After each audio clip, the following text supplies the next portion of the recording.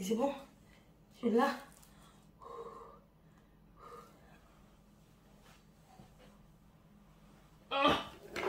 Voilà, on est bon. C'est un book haul. Là-bas, avec un coup dans les lunettes, c'est encore mieux. Et une brosse dans le cul. C'est très vulgaire. Allez, tout de suite. Hello tout le monde, j'espère que vous allez bien. Moi ça va bien, je vous accueille avec une petite voix de camionneur. Oh oui, c'est trop bien, ouais. On adore. On adore avoir une voix camionneur, on adore être en hiver, on adore être enrhumé. Enfin, moi j'adore l'hiver. Enfin, les hivers secs j'adore, mais là les hivers humides, c'est pas trop mon truc. Enfin bref. Nous sommes en début de mois.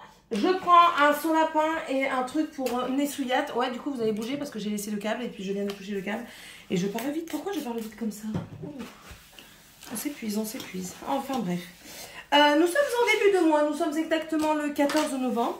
Et je vous tourne certainement juste une première partie de haul spécial livre. Parce que je crois que j'ai craqué mon slide avec Vinted. Clairement, j'ai craqué mon slide. Mais c'est pas grave, on adore la lecture, on adore s'évader, on adore aller dans ces mondes imaginaires où rien ne nous met de barrière et où on peut s'imaginer, peu importe qui que ce soit, quoi que ce soit.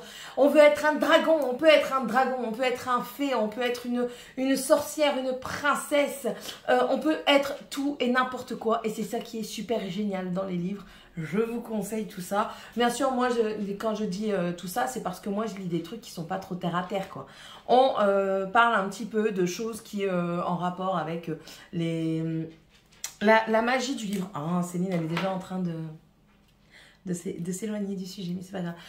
La magie de la lecture, c'est que on peut parler de faits divers et variés, on peut parler d'obésité, on peut parler d'homophobie, on peut parler d'handicap, on peut parler de politique, on peut donner son point de vue tout en restant cool, Raoul, parce que c'est de l'imaginaire, parce que c'est du livre, parce que c'est dans votre tête et que du coup, une fois que c'est dit joliment, tout passe crème. D'accord? Bon. Allez. On commence parce que si je continue un deuxième bazar, si je tourne une deuxième fois, ça va mettre 3 heures. Bref, donc c'est non, il n'y a pas que du Vinted. Alors, j'ai commandé ici sur Vinted une collection complète. C'est, attends, Library Jumpers, donc c'est ça. Et le tome 1, c'est La voleuse de secrets, c'est de Brenda Drake, aux éditions Lumen. Donc là, ici, j'ai le tome 1, ça fait un moment qu'il me fait de l'œil. Et là, j'ai vu que tout était vendu pour pas cher, donc du coup, j'y suis allée. J'ai le tome 2, La gardienne des mensonges. Me demandez pas ce que ça raconte. Vous voulez savoir ce que ça raconte? Je vous montrerai le tome 1 après. Et le tome 3, La briseuse d'illusions. Voilà. Pour le tome 1, il suffit de tourner la page pour déclencher la fin du monde. Oh, ça a l'air bien. Attendez, je lis le synopsis et on se reprend tout de suite après. Donc, avant toute chose, je vous mets le synopsis pour que vous puissiez le lire. Hop, voilà. Normalement, vous le voyez. Écoutez, ça semble pas trop mal. En fait, si j'ai bien compris, on parle d'une jeune fille qui vit sa vie ordinaire. Hein, mais elle a perdu un membre de sa famille, sa mère, quand elle avait 4 ans. Et en fait, un jour, elle se promène. Ouais, je crois que c'est ça. Ouais. Elle visite une bibliothèque à Boston et là, elle voit un homme mystérieux et tout d'un coup, il se volatilise devant elle. Il disparaît et en fait, quand elle et il est au-dessus d'un livre et quand elle se met devant le livre, elle est transportée dans un monde ailleurs, là où les sorciers, les fées et tout ça se mènent une guerre. Et du coup, c'est une enfant de ce monde, mais elle ne peut pas approcher un certain Arik. Mais, enfin bref. Ça a l'air super bien, ce fait de voyage entre 2 mondes parallèles par rapport au livre et tout ça, ça a l'air super bien. En plus de ça, j'ai la trilogie, donc comme ça, si j'ai envie de tout lire d'un coup, je peux tout lire d'un coup et c'est super. Ensuite, cette dame-là, sur Vinted, m'a envoyé très gentiment un livre, Le silence de Mélodie de Sharon M. Draper, aux éditions Michel Lafon Poche, donc c'est comme ça. Je vais vous lire le synopsis et franchement, ça m'a convaincue. Quand j'ai eu 2 ans, tous mes souvenirs avaient des mots et tous mes mots avaient une signification, mais seulement dans ma tête. Je n'ai jamais prononcé un seul mot, j'ai bientôt 11 ans. je pense, c'est une trilogie parce que quand j'ai été me renseigner sur Booknode, j'ai vu que, je crois qu'il y a un deuxième tome, donc une duologie et non pas une trilogie. Mais ça semble pas mal, rien que de lire ça. Donc, dans mon sens, je pense que c'est une jeune fille qui n'est pas dotée de la parole. Elle a tout dans sa tête, elle doit être muette à mon avis, ou autre chose. Et du coup, ça doit être pas mal parce que, enfin, ça doit être pas mal. J'ai vu des très bons avis sur Booknode, donc on le lira. Ensuite, bah oui, attendez que je vous montre les deux. On va j'ai pas tout déballé. Bah oui, parce que j'ai su, on m'a gentiment dit lors de mon haul Nose, comme quoi le livre que j'avais trouvé de Sarah Morgan sur, c'est quoi déjà le titre, Clair de lune à Manhattan, c'était une trilogie. Pourquoi j'ai pas regardé derrière? C'est vrai que c'est écrit, c'est noté derrière que c'est une trilogie. Et du coup, bah, il fallait bien que je me procure les deux premiers. Chose de faite. Donc, je me suis procuré en premier c'est Rencontre dans l'Upper East Side. Donc, voilà, c'est ceci. Je vous montre le synopsis pour pas spoiler. Et ensuite, je me suis procuré également Un été dans les Hamptons. Voilà, c'est celui-ci. Toujours de Sarah Morgan et toujours aux éditions, je crois que ça c'est Harlequin. Que je vous dise pas de bêtises. Edition Police. Harlequin Books, c'est ça. Donc voilà, du coup j'ai les deux premiers et je pourrais lire le troisième. Est-ce que je vais réussir à lire les deux premiers pour pouvoir lire ce roman de Noël? Parce que celui-là là-bas c'est Noël, ici je ne sais pas. Là c'est certainement l'été, Un été dans les Hamptons et Rencontre dans l'Hyper Epstein, je ne sais pas. On verra bien, donc je suis très contente. Ensuite, on en fait tellement tout un foin, on me dit si, il faut que tu les lises, c'est pas comme la série, c'est mieux que la série. Et vu que la série, la saison 1, je l'ai dégommée en une nuit, j'ai dit allez, je prends le livre. La chronique des Bridgerton, tome 1 et 2, donc c'est de Julia Quinn aux éditions J'ai lu.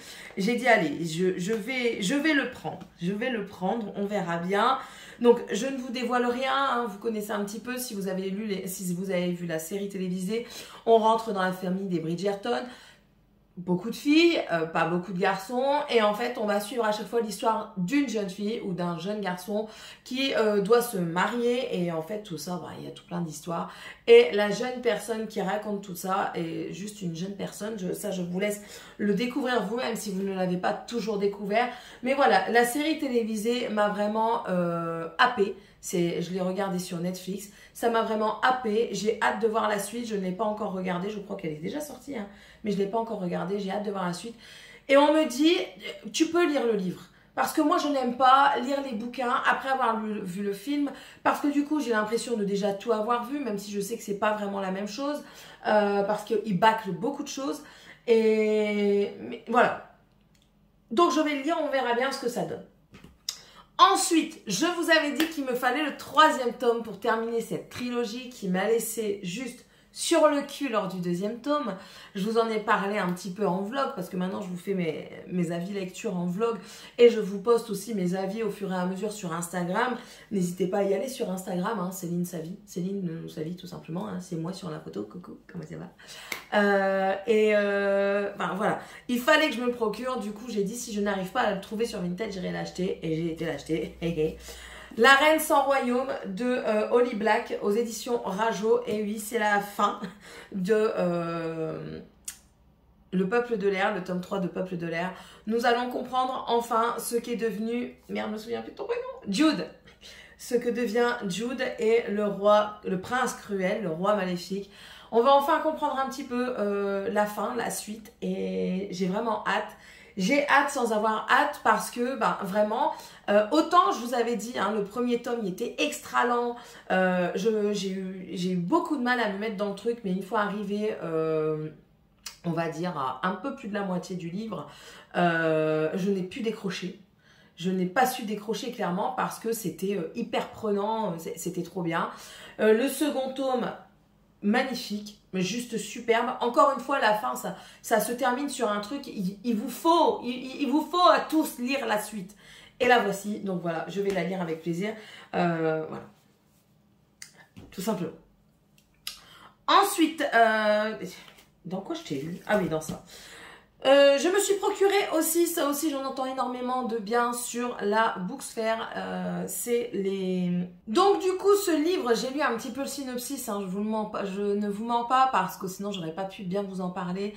Ici nous rencontrons du coup Anna Susan qui retourne dans sa ville natale et elle ouvre une pâtisserie. Tout se passe très bien, elle est douée pour la pâtisserie et un jour elle découvre son livreur assassiné, tué derrière sa boutique. Là, va s'en suivre une enquête dans laquelle elle va être prise comme pour aider à l'enquête et elle va se rendre compte qu'elle n'est pas douée que pour la pâtisserie, qu'elle est également douée pour résoudre des enquêtes. Elle va commencer à avoir plusieurs personnes avec plusieurs mobiles et ça va l'attirer, donc voilà, et tout en gardant ce côté pâtisserie.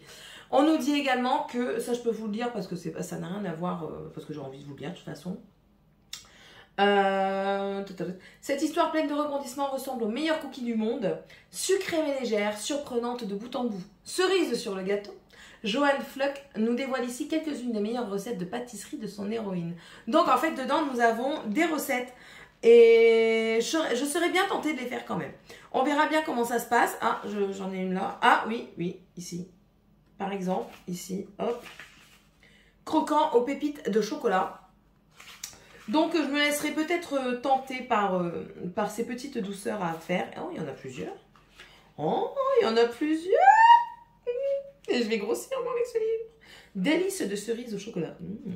On verra bien. Donc, voilà, j'ai vraiment hâte de le faire. Et dedans, on nous dit, pour les gourmands, une enquête bonus. Joyeux Noël, Candy. Donc, avec plaisir. Ben, je vais le lire pour un challenge de cette édition Noël. Je vous laisse découvrir. Ensuite, pourquoi je ne sais pas, pourtant j'en ai pas entendu énormément, j'ai vu beaucoup le livre passer. En fait, le problème qu'il y a, c'est que je vois beaucoup les livres passer dans les book hauls, mais je regarde pas les avis, donc je ne sais pas trop ce que les gens en pensent. J'essaye de pas trop, en fait c'est parce que je veux pas trop me spoiler sur le livre, parce que généralement les avis c'est assez spoilant, c'est assez, ça vous dévoile en fait, et j'ai pas envie qu'on me casse mon truc. J'ai juste envie de découvrir par moi-même. La jaquette m'a interpellée et c'est aux éditions Big Bang. C'est L'Empire d'écume, la fille aux éclats d'eau d'Andrea Stewart. Il y a un tome 2. Voilà. Donc, je le lis. Je vous le montre d'abord. Hop. Je le lis et je vous reviens pour le synopsis. Donc écoutez, ça a l'air pas trop mal. Ici, on parle de la magie d'os. Donc c'est une magie à base d'os. Et l'empereur s'en sert sur des chimères pour défendre son royaume. Et ces os sont prélevés sur les gens lors d'un rituel qui est très dangereux, trop souvent mortel. Sa fille, la fille de l'empereur, a eu une maladie, elle n'a plus de souvenirs. Et du coup, elle reste cloîtrée dans le palais. Mais elle a plus trop l'estime de son père. Excusez-moi. Donc du coup, pour reconquérir cette estime, elle va essayer d'apprendre cette magie d'os, mais dans un milieu assez révolutionnaire, assez tendu, parce que le monde commence à se rébeller, il commence à y avoir une révolution, et du coup tout se passe là-dedans. On verra bien ce que ça donne. Je peux vous dire le premier, dans un empire contrôlé par la magie d'os, Lynn, la fille de l'empereur, va devoir lutter pour réclamer son droit au trône. Donc écoutez, ça donne envie, clairement ça donne envie, c'est de la fantaisie, il y a un tome 2 en plus, donc... Et en fait, il y avait ça à côté, du coup je l'ai pris. Rupture, tarot et confiture. Je l'avais déjà vu, donc ça c'est de Céline Olinsky, c'est aux éditions Charleston Poche. Je l'avais déjà vu depuis un petit moment et on m'avait dit que c'était un roman humoristique et qui donnait vraiment le sourire. De toute façon, il est dit, un roman pétillant et rempli d'amour. Si à la naissance, les fées se penchent sur le berceau des enfants, la mienne a sûrement dû déraper et me flanquer un bon gros coup de tête. Je ne vois que ça pour expliquer la vie que... Je ne vois que ça pour expliquer que la vie m'est désignée comme son souffre-douleur préféré. Ça avait l'air pas mal quand il était sorti, ça m'avait vraiment donné envie de le lire. Donc là, j'ai sauté sur l'occasion et enfin voilà, on verra ça.